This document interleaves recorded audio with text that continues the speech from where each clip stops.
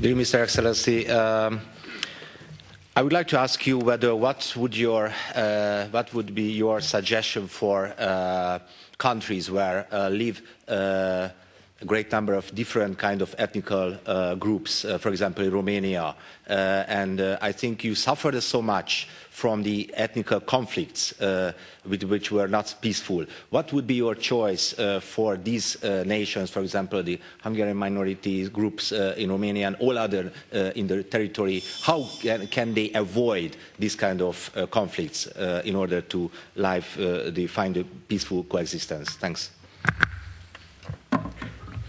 Thank you for your question, and thank you for having in mind and thinking that our thoughts can be of any help.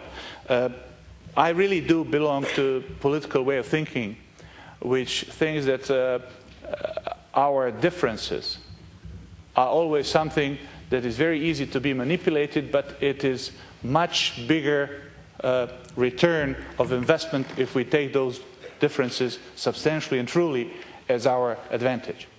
I really do truly believe that if today, in today's world, as we spoke over the lunch or in previous meetings, if today more than 90% of the countries in the globe have more than 10% of the people who are, mathematically speaking, some kind of ethnic, racial, or religious minority, and if the globe is becoming so much more being different inside the so-called, sometimes not so long time ago, mono-ethnic states, that is going to be even bigger.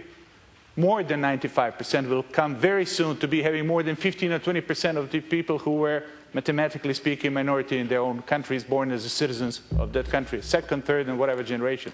And we have to do globally to find a way with what Bosnia was suffering 15 years ago. Don't get me wrong, but if we don't sort out the Bosnian issue, if we don't find a way, us in Europe, 4 million of us, be living in one democratic society, I think that there will be more differences and more differences in countries all over the globe and in Europe. And we have to find a way today to institutionally guard and support our differences. So that's my pledge, that's my motive, but there is no formula. The formula is very extensive, and the formula lives over us, all around us.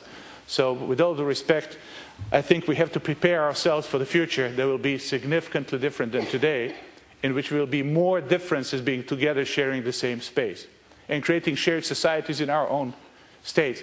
The price for that, creation of that, thinking about it today, making the mechanisms of it today, and paying the price for it today, regardless of how big price it is today, it's a bargain compared to the failure of us to find a way how to manage it in the future.